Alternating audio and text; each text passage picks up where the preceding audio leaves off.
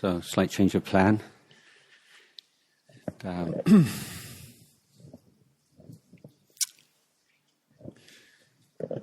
So we can begin with a short meditation period of 30 minutes. So please make yourself comfortable, but not too comfortable.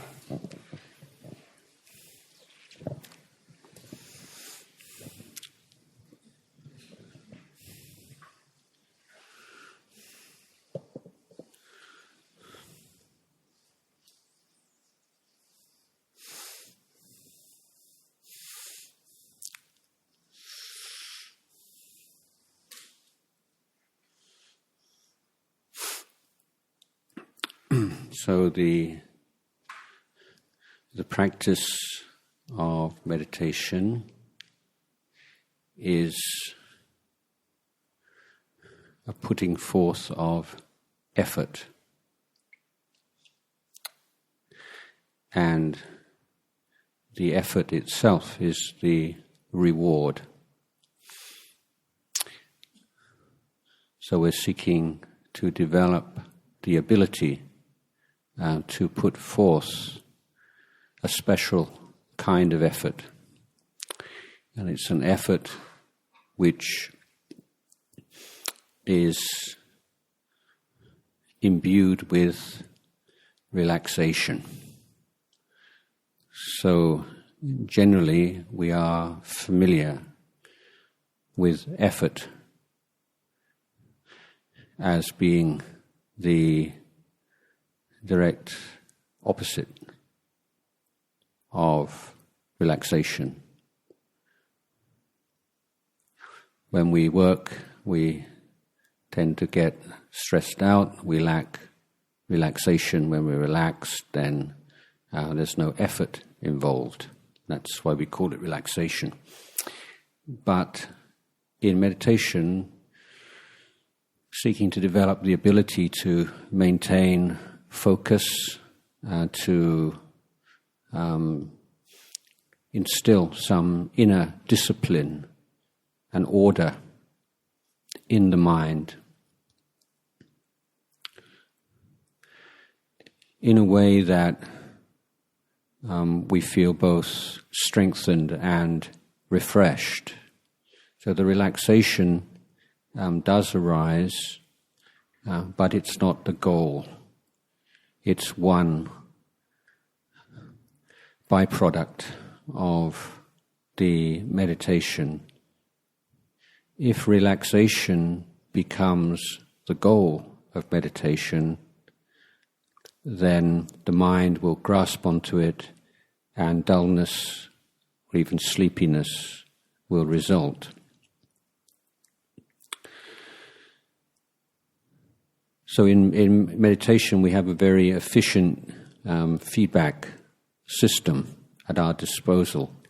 If you try too hard without relaxation, you'll get tense, your breathing will be unnatural, you may develop a headache or constriction, feelings of constriction in your chest. If you're too relaxed, then you'll just daydream or fall asleep. So your immediate experience is the feedback by which you are able to develop and cultivate this relaxed attention, relaxed effort. Now this harmony of effort and relaxation begins in our posture. So the areas of the body in which we put our effort into are the spine and the head. So the straight spine, kind of Mount Fuji straight, not rigidly straight. And with the head we can imagine a pull from the top of our head, gently pulling up towards the ceiling. We could imagine like a marionette string pulling the head upwards slightly. So there is effort expended on maintaining the spine and the head in a straight line. Effort is expanded here because if we lack effort in sustaining the straightness of the posture, then it's very easy to become dull and sleepy. And we can help to prevent dullness through our posture. The other parts of the body we can relax. So it's not so important how you place your legs, how you place your arms and hands, but there should be this balance between the effort put into maintaining a straight and still posture, in particularly emphasis on the spine and the head, and the relaxation on the rest of the body. Now the mind is very busy, and thought and mental states are very similar to addictions to the untrained mind. And so it's completely natural and normal for the mind to revolt and object strongly when you try to give up your drug, the drug of memory, imagination, thought, emotion. So be prepared for that and consider it as part of this learning process, this exploration that we call meditation. So the things that arise in your mind and appear as obstacles to meditation are already there in your mind. They're already causing you suffering in your life. But it's very difficult to single them out and recognize them in busy everyday life. In a meditation session, we cut out as much extraneous influence as we can and isolate the body and the mind. And then in order for us to be able to see very clearly how these negative mental states arise, what they feed on, what strengthens them, what weakens them, what allows them to pass away. So there's a lot of very important learning going on in the first stage of meditation, because we're only able to free ourselves from these negative mental states when we fully understand them. It's not something that can be accomplished purely through an act of will. So we take one object for a meditation, and would recommend today that we take the breath. Now there are many ways of attending to the breath or developing a close and beneficial relationship with the breath. To begin with, we may follow the breath in and out of the body by establishing 3 points of observation: the tip of the nose, the chest, and the abdomen. So as the breath enters the body, first point is the tip of the nose, the second point the chest area, the third point the abdomen. On the exhalation, the abdomen, the chest, the tip of the nose. This is a preliminary exercise to develop some familiarity with the breath.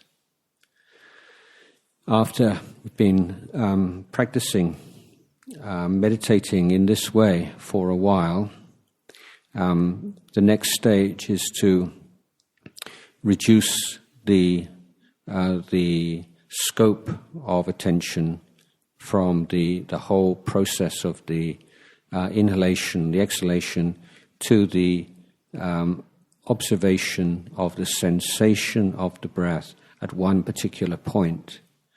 This may be any one of those 3, although most meditators prefer the area around the tip of the nose or between the nose and the upper lip. You want to find the point at which the mind rests and it feels natural and unforced and comfortable. And then the task is to sustain attention on that one point. Now we may use a mantra to help the mind to stay with the breath. For instance, the mantra Buddho, which is taken from the word Buddha, but with an O on the end.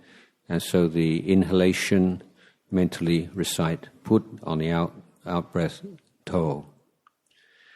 Again, this is a way of persuading the mind to stay with the breath, to prevent it becoming bored with the breath, giving it something extra to grasp onto at the beginning of the practice. As the mindfulness becomes stronger, then the meditation word can be abandoned. Similarly, a counting technique may be used where, for instance, one counts on the inhalation 1, on the exhalation 1, 2, 2, 3, 3, 4, 4, 5, 5. If you can count 5 inhalations and exhalations without distraction, then begin again and count 1 to 6, and then 1 to 7, then 1 to 8, 1 to 9, 1 to 10. If you get lost, then you have to begin right at the beginning. So this is a very good exercise for developing a sharp awareness of the inhalation and exhalation.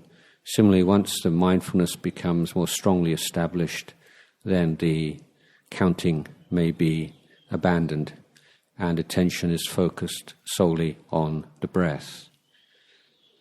The uniqueness of the breath as a meditation object is that it changes as the meditation progresses. It becomes progressively more subtle.